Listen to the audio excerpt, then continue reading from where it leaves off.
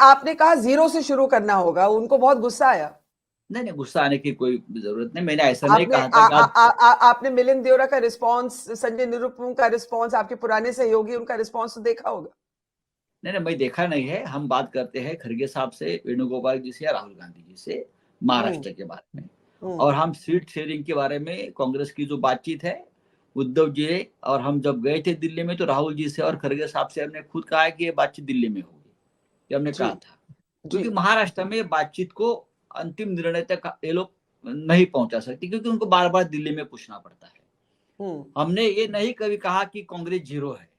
महाराष्ट्र में कांग्रेस है, कांग्रेस रहेगी, कांग्रेस का बेस है, कांग्रेस की ताकत है। कुछ जगह पे कोऑपरेटिव मूवमेंट में कांग्रेस है, लेकिन आज कांग्रेस के पास महाराष्ट्र में एमपी नहीं है।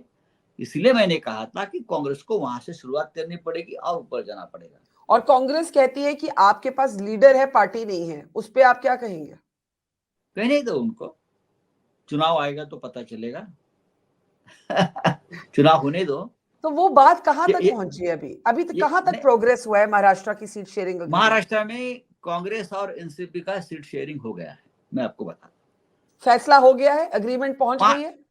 5 मिनट में हो गया फैसला। कितना टाइम लगता है? हमको मालूम है कौन कहाँ लड़ सकता है। जो जीतेगा जी उसकी सीट है।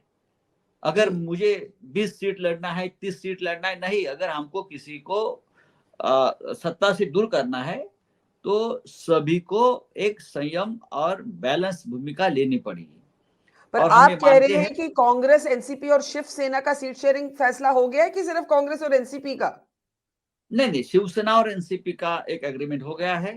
शिवसेना और एनसीपी का, तो इसको हमें करेक्ट करना होगा। शिवसेना, शिवसेना और एनसीपी का एग्रीमेंट हो गया है, अभी कांग्रेस के साथ नहीं हुआ। अब कांग्रेस के साथ अभी वो बातचीत करेंगे हमसे जी। लेकिन हमें मालूम है, देखिए हमें मालूम है कि एनसीपी कहाँ चुनाव लड़ सकती है, उनके गढ़ कहाँ है, उनके फोर्स कहाँ है, शिवसेना की कहाँ ताकत है, एक दूसरे को पता है ना।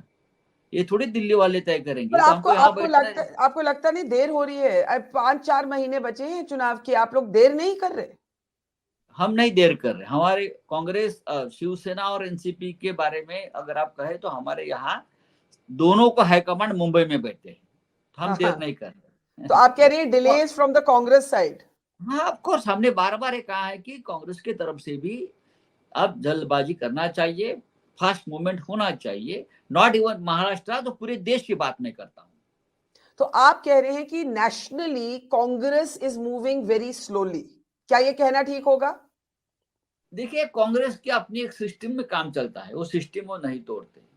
पहले एक कमेटी बनेगी, फिर दूसरी कमेटी बनेगी, फिर वर्किंग कमेटी होगी, फिर प्रेसिडेंट है। हमारे यहाँ देखिए शरद पवार साहब हाईकमांड है, वो निर्णय लेंगे। हमारे यहाँ उद्धव ठाकरे जी हाईकमांड है, वो निर्णय लेंगे।